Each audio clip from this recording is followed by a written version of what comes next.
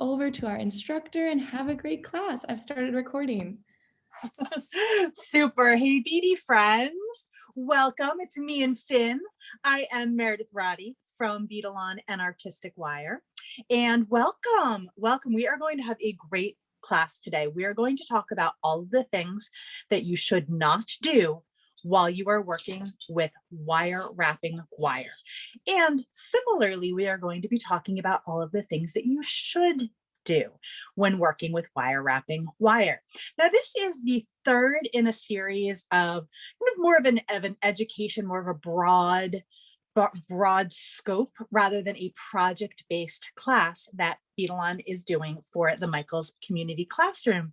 And what I would love to know right off the bat is whether or not you have watched the first two classes in this series. Now, the first one was 5 things that you should never do while making beaded jewelry.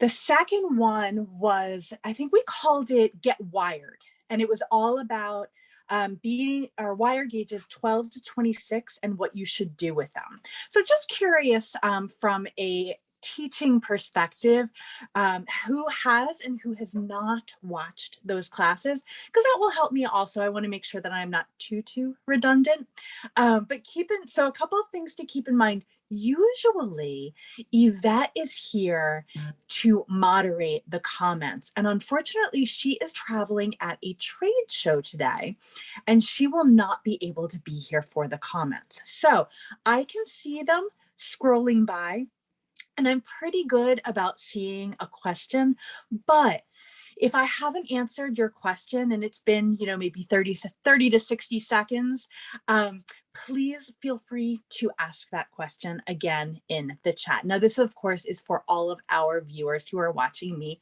live. If you're watching on the replay, welcome as well. We love to have people rewatching classes on the Michaels Community Classroom YouTube channel, where you can find this class and tons of other classes from other makers 24 to 48 hours after we are finished here.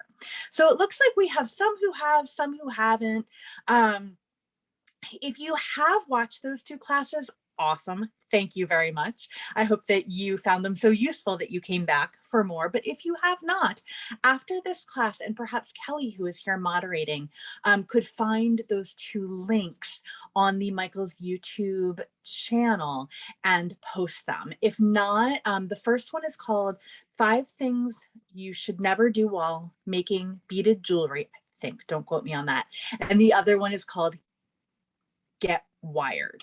And those are the 2 kind of broad-based overview classes that I always recommend watching those 2 classes before or during or in the middle of anybody's jewelry making journey, because it really goes over soup to nuts, top to bottom, everything that you need to know when you are getting started making jewelry. But also, I hope there are a couple of gems in there as well that will help you when you are, perhaps you've been doing wrap loops for years, and I might show you a little tweak, and you will, and then all of a sudden you'll discover a different way of doing them.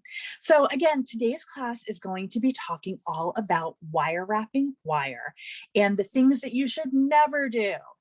And usually you'll hear me say never, but this is a good one. This is a good kind of never do these things, but I'm of course also going to talk about how to do things the right way. So in addition to whether or not you have seen those 2 classes, I would love to know off the bat, out of the gate, is this your first class with me? I know a lot of people come and watch the classes over and over again, and I could not be more grateful for that. But I also love to know who's new so that I can welcome you officially to the Michaels Community Classroom and to the Beaded classes. This has been a wonderful, wonderful journey for me personally. It's really helped me get through the pandemic and have the opportunity to interact with all of my beady friends. So thank you very, very much for joining me over the the course of the past year and a half now. Oh my gosh. And then of course, also into the future. So I see a lot of first timers in here. That is fantastic. There's going to be a ton of really good information in here for you. And then also for some more advanced, wire workers as well. And again, keep in mind that if I say something and you don't quite understand it, feel free to jump in the comments and ask a question. And of course, this class will be available to rewatch in about 24 to 48 hours, depending on how everything goes. So we have got a great group in here today. I was snuggling with Finn before class when Kelly was going over all of the rules and regulations. And now I have dog hair all over my face. So I'm kind of trying to get it all off as I am talking through the beginning. So wonderful. Welcome to everybody new. Welcome back to everyone who has taken my classes in the past. And Kelly, I think we're ready to go on overhead and take that overhead camera and start talking about some wire. So and also just to make sure everyone at home has the speaker view highlighted. Sometimes people change their settings, but you should have, I believe it's the speaker view highlighted, so you'll be able to see me big and be able to see all of the things that I am doing. So we are going to start at the beginning.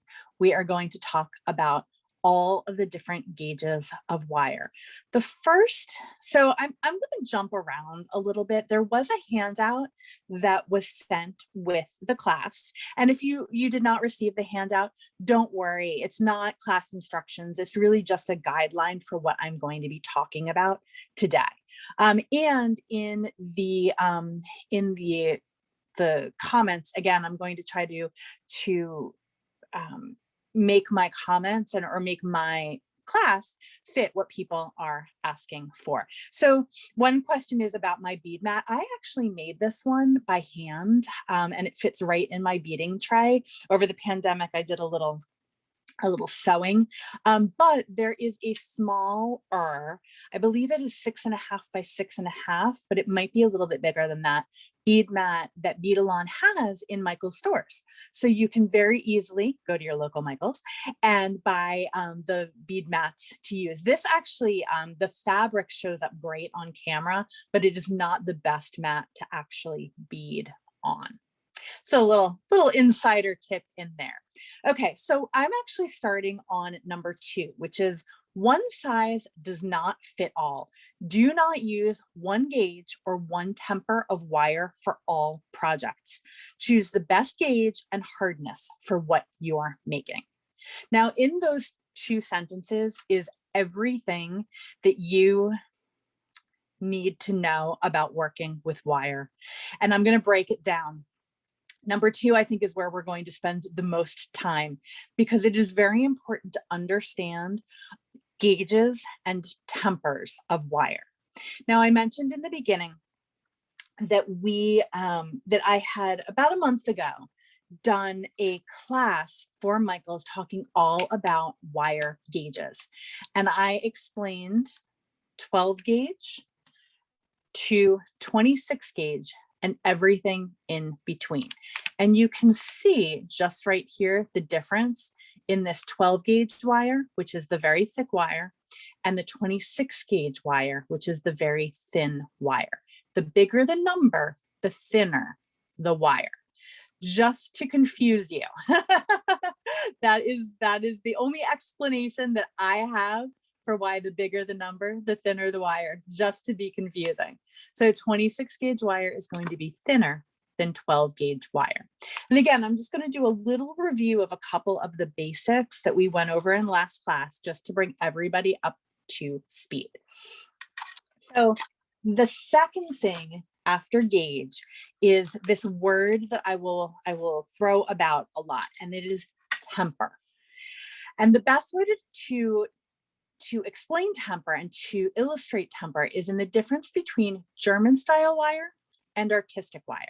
Now, when you go into Michael's, you will see these 2 different types of wires when you go into the beading aisle and you look on the wall of wire. The difference between these 2 wires can be illustrated or can be found on the back here of the German style wire in something called the wire hardness scale. And you can see here that the wire hardness scale goes from full hard all the way down to dead soft. And today what we are going to be talking about is where do I see it here? I'm trying to look on my screen to be able to, oh, here we go. Okay, so the German style wire is right up here toward the half hard, okay? It's not fully to the half hard, but it is up here in the half hard quadrant, and I find it's just easier to refer to it as half hard. The artistic wire, which is this guy here in the little spool, that's down here in the dead soft. And the reason why this is important, the reason why this word temper is important, is that refers to how bendable or how malleable or how resistant to bending the wire is going to be. So same gauge, right? 20 gauge and 20 gauge. That means that the diameter of the wire will be the same. However, the German style wire will be harder to work with. So it will be stiffer. It will not be as soft as the artistic wire. So those are the first two things that are very important to learn and to know from and about the wire working wire. Now keep in mind, and I keep saying wire working wire, this is different than the beadle on bead stringing wire, right? When we string up beaded jewelry and we use a crimp bead, we use this, the bead stringing wire. It is also different from memory wire, which is wire that is going to hold its shape and not be bent. That is a full hard wire. So just going through my mental file folder of all of the things that I want to say about wire. So one size does not fit all. Okay, so if you pick up a 20 gauge wire, that is my sweet spot for wire. It is our most popular wire. It is the best wire for things like ear wires, for wrapped loops, for eye pins, but sometimes a 12 gauge wire is going to be what you need because you're making a bracelet form, or you're making something where you need a really heavy duty wire. Maybe you're making a sun catcher and you want to use that 12 gauge wire. Or you have very, very small beads with very, very small holes, and you need that 26 gauge wire to make a rosary style chain. So it depends on what you're making for what kind of wire you want to use. Okay, so that covers all of the information in one size does not fit all. Do not use one gauge or one temper of wire for all projects. Choose the best gauge and hardness for what you're making. I cannot move on without talking about my, not quite sure how to qualify, but a very important term in wire wrapping, which is called work hardening. And that's going to be a really good segue into number 3. So it is possible to move your wire up, and sometimes it's actually possible to move your wire down on the hardness scale. So, okay, that's a little bit of an interesting curveball that you're throwing here, Meredith. Let's talk a little bit more about that.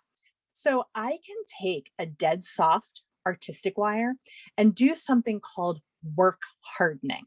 And what work hardening it means is you are taking those molecules in the wire that are dancing around and you're compressing them and making that dance slower and slower until the wire is actually not so dead soft, but it is harder. It's moving up the hardness scale, maybe almost to a half hard. Now, in a totally different world of jewelry making than the one that I inhabit. I love making up words when I'm doing live classes. That I inhabit. You actually can use fire. You can use a flame. Heat will take that half hard wire and actually bring it down to dead soft. However, just as a little aside in class, because we're learning all kinds of things today, you cannot use a flame on the German style wire or the artistic wire because it has a tarnish resistant coating on it. And that tarnish resistant coating means that, well, it makes the wire tarnish resistant, right? But it also means that you can't take a fire to it to soften the wire, which is why if you need a softer wire, you use artistic wire. If you use a stiffer wire, German style. And I'm going to demonstrate that as we're going along. But it is a good place to bring us to number 3, which is don't start with bent wire. Okay, so I'm going to move some of these things out of the way so we can see what we are doing here. So oftentimes, if you have taken your wire and thrown it in a box, who among us, show of hands, who just throws their wire into a box? Sometimes it comes out looking like this. Well, you could certainly come in here with your cutters and just snip this off and start anew. But oftentimes you can save this wire by using your Nylon Jaw Pliers. This, I think in a couple of weeks, I'm teaching, I shouldn't tease it like that. It's a little bit different, but if I were to teach a class that was what tools I cannot live without, my wire straightener, my Nylon Jaw Pliers is definitely one of them. Because what this guy does is straightens the kinks and the bends out of that wire. So you never want to, or you never have to start with bent wire when you're doing your wire wrapping. You can always come in, almost always, and straighten out that wire. Now, the other thing that this does is it work hardens that wire. So you want to make sure if you're doing something where you need your wire to be nice and soft, that you don't over straighten it or you don't overwork it. But if you're making ear wires, if you're making something that needs a little bit more more structure to it, a little bit more more hardness, if we're using our wire words, straightening this out before you make that ear wire with the Nylon Jaw Pliers is a great way to do that. Okay, so we did one size does not fit all. We have done don't start with bent wire. Now I want to talk a little bit about making loops. And so I'm going to talk, if you are following along in your handout, I'm going to speak to point number 1, which is don't guesstimate to make your loops the same size. Make a mark on your round nose pliers with a permanent marker, or use a stepped bail making pliers to ensure consistent loops. One of my biggest challenges when I first got started making jewelry, when I first got started doing any kind of wire work, was trying to make my loops all the same size. And it is a challenge. My preferred way, just between you and me, is marking on my pliers. But if I need to make the same size loops in the end of memory wire, if I'm making the same size loops for a pair of ear wires, that's when I reach for my stepped bail making pliers. This is a tool actually that I have just come to know and love. I have used my Nylon Jaw Pliers since I first started beading, I feel like, but this is a newer product for my hands and in my beading tool chest, and I really like it. I'm still finding uses and ways for using the stepped bail making pliers, but this particular plier does not have a mark on it, and I'm going to show you. This is the easiest thing that you will learn all day. That's all you need to do. Little mark right there. Let's bring that really nice and close to the camera because guys know how much I love challenging my focus. And then I find it's actually better to take that mark all the way around, because then I don't have to worry. It's always there, no matter which direction I am which direction I am holding them in, I can always see where that mark is. And sometimes I go right at that mark. Sometimes I go below the mark, and sometimes I go above the mark. Sometimes I make more than one mark. But when I am making loops, especially when I am making wrapped loops, which I'm going to do very quickly. And I'm actually, let's do this a little bit easier for myself, right? So I'm just going to make a quick wrapped loop here. And I'm going to start that over again because I don't want anybody to think that that's how I make my wrap loops. Let's do this again one more time. Okay, so wrap loop, for those of you who are super, super new here in our group, I feel like you can never have too many opportunities to have a demonstration for wrap loops. So the way that I do this is I hold it right at that mark. See how my pliers are right at that mark? And I usually go up, and you could see I didn't measure or with a ruler at all. I just eyeball this, and it's about a centimeter. It's a little bit more than a centimeter. I have been doing these and making these wrap loops so many times over the years that I just kind of eyeball it. But I'm going to show you on a different pair of pliers another little trick. So I'm just going to come around here and wrap this around. I like to use the pushing and pulling method when I'm doing my wrap loops, because what you can do when you are sizing them, say, okay, I have made one loop. I'm gonna bring my camera down just a little bit. Now I'm going to come in here on a different pair of pliers, and I'm going to put that loop on here, and I'm going to mark like that. So maybe I make one loop that I know is a size that I like without a mark. And then I can put it back on my pliers and then make that mark so that I have it going forward. This mark is semi-permanent because it's metal. The Sharpie, or the permanent marker, will eventually rub off, and that's okay, right? Because you can always remark it, or maybe you want just to rub it off so you didn't like that size for your loops. So now I have made my wrap loop, and now I can come back and use that same mark over and over again to make the loops in the future. Which, see, I bring my camera down so we can all see a little bit better, and then I end up bopping it, which is a good segue into my next tip or thing not to do when you are making, when you are doing wire wrapping, is to not use chain nose pliers for making loops. Let's talk for a second about the difference between these two pliers.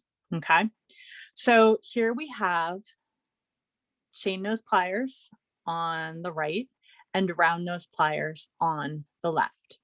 Now we can see very, very clearly one has a flat inside and one has a round inside. I take for granted that I always know that flat nose pliers are for doing things that require a flat grip, and round nose pliers are for making things round. And those are their jobs. The chain nose pliers, their job is not making things round. And although I have seen people using round nose pliers to open and close jump rings, it makes me cringe every time. I think if somebody said, what is one of your biggest pet peeves? It's kind of silly, but as a jewelry maker, one of my biggest pet peeves is watching people open and close jump rings with round nose pliers. You need 2 chain nose pliers for that. But I digress. I'm going to show you what happens if you try to make a round loop with chain nose pliers, and then you will see that you really do need a round nose pliers to do. So I'm using the gold color 20 gauge wire. And that's my go-to wire for many things when I'm demonstrating. I'm going to try to do this. I've never really done this before. So we're going to see what ends up happening when I try to do a loop with my chain nose pliers rather than my round nose pliers. All right, we're just gonna cut our losses and snip that off. And you can really see the difference between the loops. Now, is the one on the gold one on the left the ugliest thing ever? No, but if you're making a pair of earrings, if you're doing something to gift or even to sell, the much more professional way to do it is to use your round nose pliers and make a really nice wrapped loop. Okay, so keeping on that same vein, and again, I did mention I'd be jumping around a little bit on the handout that was given in class. Always be sure to use, I'm sorry, we're doing the don't. So don't use non-jewelry grade tools to do your wire wrapping. Always buy the best tools you can afford for the best results. And what do I mean by non-jewelry grade tools? I think this is the perfect demonstration or the perfect illustration of that. See how my red handled tool has that groove, that serrated groove, and then the one on the left has a nice smooth jaw to the plier. This serrated groove tool is one that you might find in your garage toolbox, in your, I hesitate to say in your husband's toolbox because these actually came from my toolbox. But these are the types of things that you would find at, you know, a home improvement store or a hardware store. And the serrated tips they're there for a reason. But if you start using them on your jewelry wire, what's going to end up happening is you're going to end up getting these tooth marks. It is very, very hard to see on this camera, but you will end up getting tooth marks in your wire. And you don't want that. You want nice, smooth wire, which is the wire that's down here, not the tooth marks that those pliers are going to give you. So in a pinch, can you use them? I suppose so. I won't tell, just don't tell me. We'll do a non-asking and a non-telling. But these tools, not only are they not going to give you your best professional results, but they're going to end up marring your wire. And once you start doing doing more sculptural wire work, more, maybe you're going to do a bezel set, the serrated pliers are not going to be your best friends. There are also out there and at Michael's a lot of different types of tools. So you see, and if you take my classes in the past, I almost exclusively use these tools that have the sparkle handle. And for my hands, which are this big, they fit the best in my hands. They feel good, and your tools should always act as an extension of your hands. So if your tools don't feel comfortable in your hands, try different tools. There are several different lines in Michael's. There are larger tools, there are smaller tools. And you want to make sure that your tools, when they're in your hands, are acting as extensions. They shouldn't hurt. They shouldn't be uncomfortable. They shouldn't be difficult to use. So maybe the Ergo line, that's another line of tools that we have, that Beadalon has in Michael's. That might be better for you. Lots of people love the Ergo tools. For me, they're a little too big. So I don't use those tools. I use the sparkle handled tools. And there are sometimes specific tools that I use for different jobs. We talked a little bit earlier about that Sept bail making plier, and you can see its silhouette, its impression is much bigger than the little tool, but that's okay for me. because I find I actually need a little bit more torque oftentimes when I'm using this tool. So just little things to consider as you're beginning, or even if you're in the middle of your jewelry making journey. Maybe you're starting to get like an owie in your hand from doing repetitive movements over and over again. Your tools actually might be to blame. So it might be a good idea to think about switching it up a little bit, and trying a different line, a different size, a different shape. Okay, so we talked about don't guesstimate making your loops the same size, make a mark on your pliers. We talked about one size not fitting all. We talked about not starting with bent wire. We talked about using round nose pliers, not chain nose pliers, to make a loop. We talked about not using non-jewelry grade pliers to do your wire wrapping. So now I want to talk about something that is near and dear to my heart, which is don't always use round wire for wire wrapping. Try half round and square wire for professional looking results. Now, does everybody know what I'm talking about? Has anyone here or everyone here or no one here used, excuse me, square wire and half round wire? And I want to spend a little bit of time talking about this because it does exist in Michaels. We have 20 and 22 gauge in both the square and the half round wires in silver plated in the German style. And I think the best way to show this is to, of course, I hid my end here of the wire. So I'm just going to pull this back out.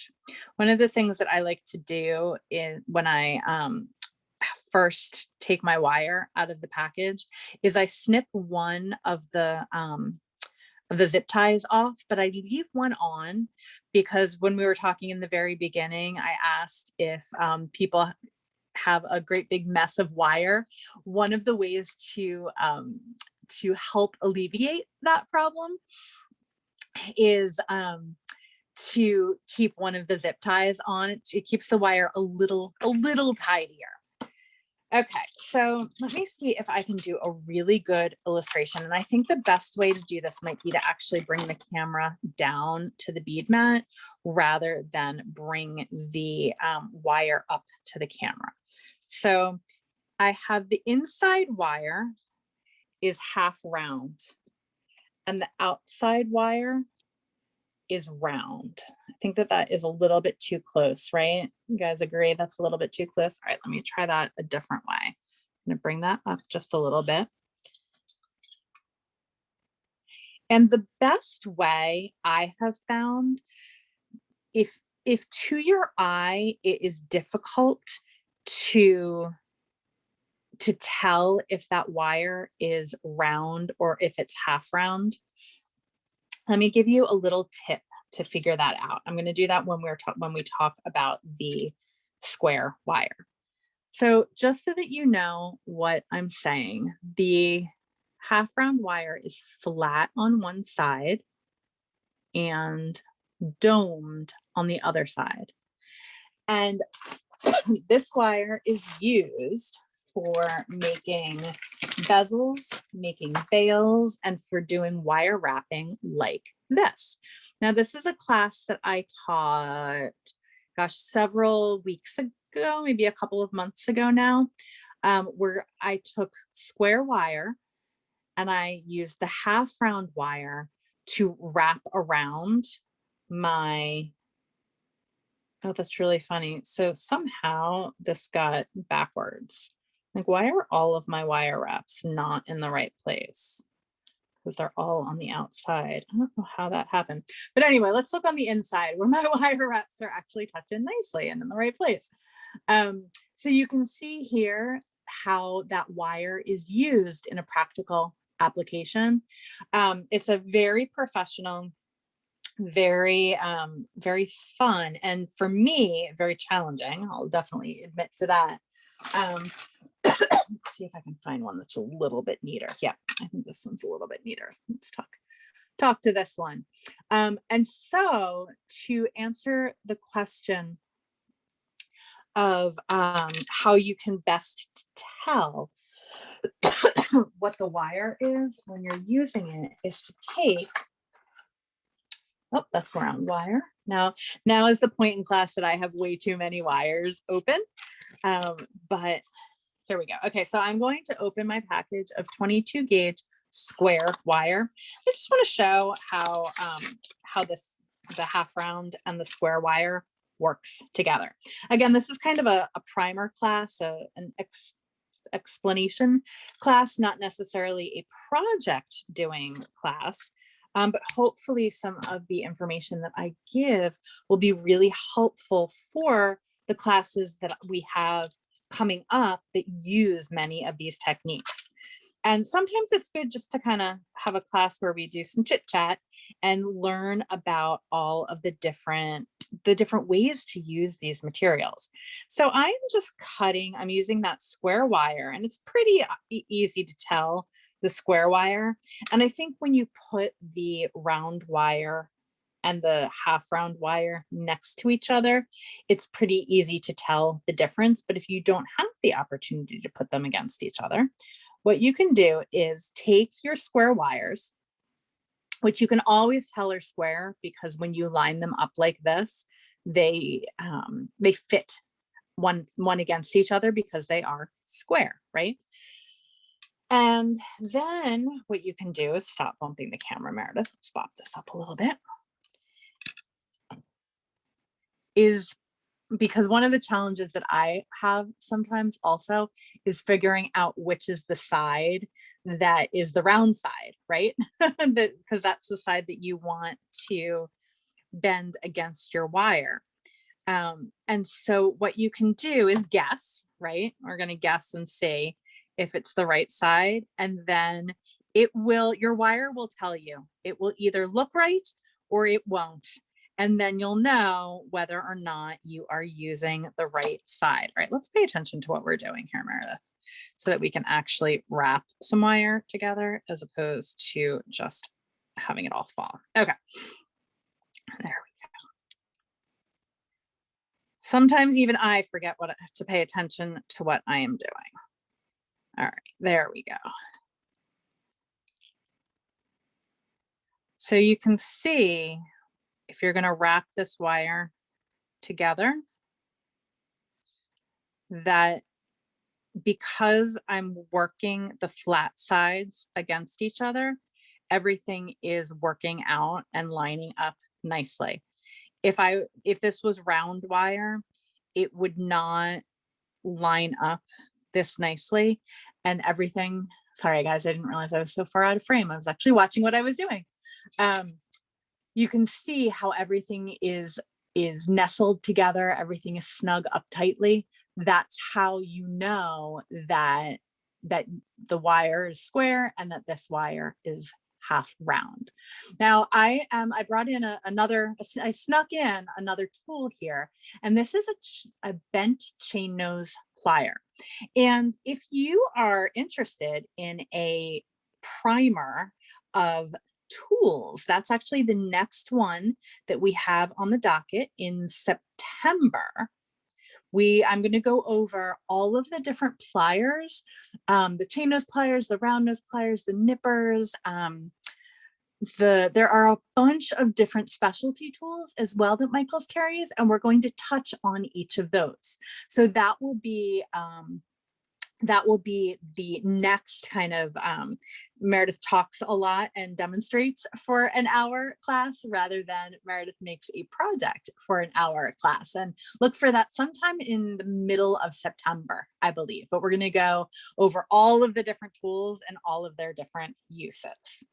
So that was number 5. Yes, don't use round wire, or don't only use round wire for wire wrapping.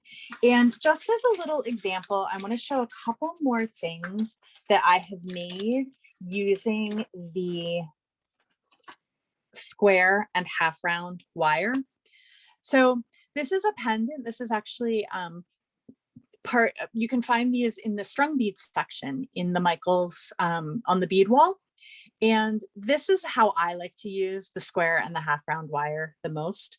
My bail is a little tangled up here, kind of try to get that out of the way. But you can see the way that square wire sits on the side of the pendant, and then the top and the bottom of the square wire become the bezel. And I have them joined together here at the top with that half round wire. So this is kind of a more advanced class. I haven't taught this one live yet. I think that the instructions might be on the Beadalon, or not the Beadalon website, on the Michaels website. But this is where you can go when you have practiced, and are ready to kind of level up your wire wrapping. This is another one. This is one of my absolute favorite things that I have made playing around with the Michaels beads. This is also a bead that I got in the on the bead wall at Michaels, and you can see that how that square wire holds the sides and holds the beads together. People do this with round wire. It is, in my opinion, a lot easier, and I think looks nicer when you do it with square wire. It just gives it that extra little something, that extra professional look to it. But the technique of adding that half round wire over the square wire that I went over in that one class that produced this bracelet it's the same. You're just a little bit different, but once you get your wire wraps down and your wire wraps done really nicely here, that's where you can go with it. So super, super cute, super fun. And look, I made a little hat here with some Swarovski crystals and a little loop on the end. I love this guy. He makes me so happy. And this actually, if memory serves, I might have done this as a live class. It's so funny. We've done so many of them now for Michaels that I almost forget which ones have been live classes, which ones we've done as projects. So I apologize if you are not super able to find what I am talking about right away. But I definitely recommend going and searching through the projects on the Michaels website for any and all instructions. So the last thing I want to mention, and Kelly, we can actually take the top camera for this, is number 7, which is don't be afraid to make mistakes. I have boxes and boxes in my home studio. So this is the clean part of my studio. Everything beyond what you see in the camera is the not neat, clean part of my studio. And it is filled with boxes of mistakes. And oftentimes I will cut apart my mistakes and make them into non-mistake pieces. But one of my biggest challenges in starting and continuing in my beading journey is not wanting to make mistakes, right? None of us want to make mistakes, but that is how I have found that I have learned the most in my jewelry making journey, for lack of a better word. And the more mistakes I make, the more that I learn. And for me personally, as an instructor, I like making those mistakes now, because in working through them, I can hopefully help others work through their mistakes. And I hate when I'm teaching classes, and especially when I'm teaching live classes, when people get frustrated with themselves because they can't get it. Especially in wire working, it just takes practice, and more practice. I can do a wrapped loop pretty well, almost perfectly the first time, because I have made thousands of wrapped loops, and I have made hundreds of mistakes on those thousands of wrapped loops. And I've learned, and now my hands have the muscle memory to be able to do those loops as I'm demonstrating them the first time.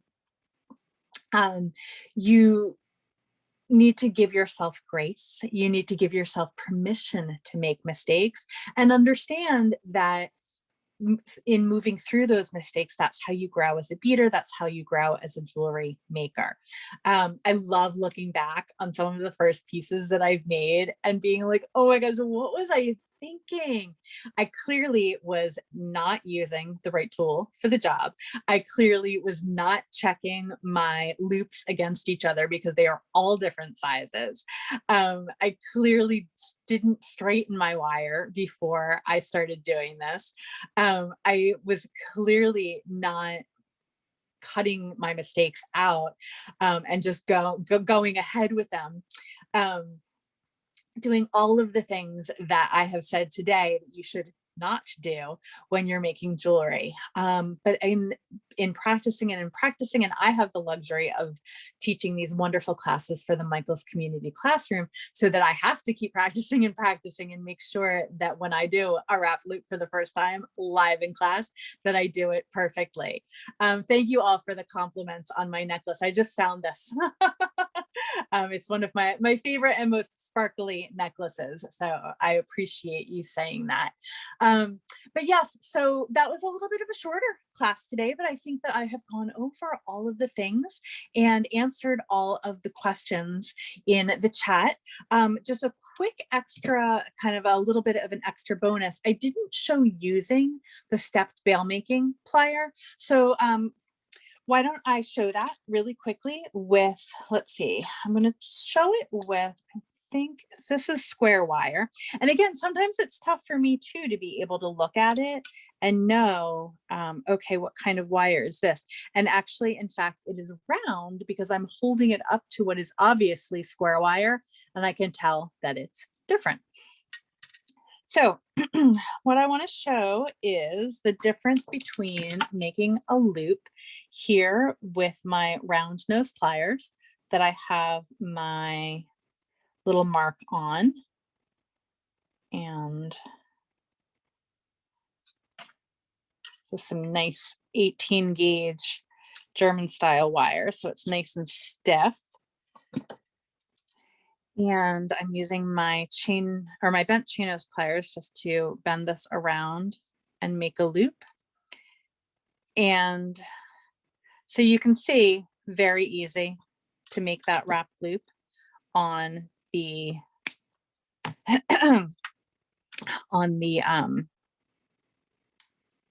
round nose pliers. Let's not forget the names of our tools at the end of class, Meredith. Thank you very much. All right, so now what I'll do is I'll show that seam loop using the stepped bail making pliers. Now, one of the advantages of this tool is that you can make consistently sized loops in 6 different sizes. So maybe you want a smaller loop, maybe you want a larger loop.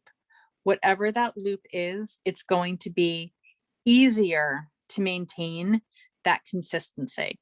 You can see the technique is just slightly different. And for the muscle memory in my hands, since I have been making wrap loops on with the round nose pliers for so long, they're almost indistinguishable in their sizing and their differences. But these guys come in really handy if you're doing something like making an ear wire, right? So let me just show that really quickly, and then I'm going to let everybody get back to their day. So I use that one for the bottom loop, and then I like to use the second to biggest one for my top loop. I'm really not keeping that in.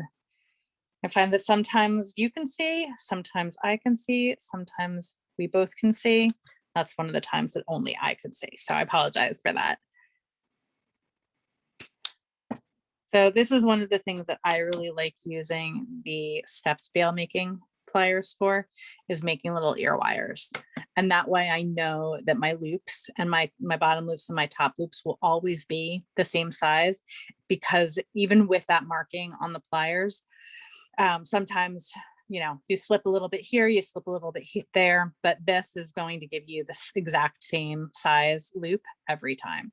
And when you start getting into a little bit fancy wire work, like one of our other designers, Sarah Lovecraft, who you can find doing classes on the Michaels Community Classroom on Saturdays and some Wednesdays as well. She uses these for a lot of her designs, but those are kind of the two ways that I use the Sept bail making pliers the most. So once again, I will leave you with the advice to practice, and more practice, and even practice some more. Give yourself grace, have patience, and the most important thing that I do not want you to forget is have fun making jewelry. Do not get frustrated. If you do, feel free to shoot out a little message out on social media. You can always tag Make It With Michaels or Beadalon, a little hashtag. You can also follow me at Meredith Joy Designs on Instagram, and any of those places you can send a little message off to me or off to Beadalon or off to Michaels for a little bit of clarification. Once again, this class will be available on the Michaels YouTube channel in 24 to 48 hours. So you can go over and listen to my little tips and my little tricks and the information that I presented today over and over again. So as always, thank you so very much for joining me. Go back if you have more questions and rewatch those 2 videos that I mentioned, the 5 things you should never do when making jewelry, and also the get wired, because many of the questions that I see coming by were answered tenfold in those videos. So again, I'm Meredith Roddy for Beadalon and Artistic Wire, and on behalf of the Michaels Community Classroom and Beadalon, thank you so much, and until next time, happy beading.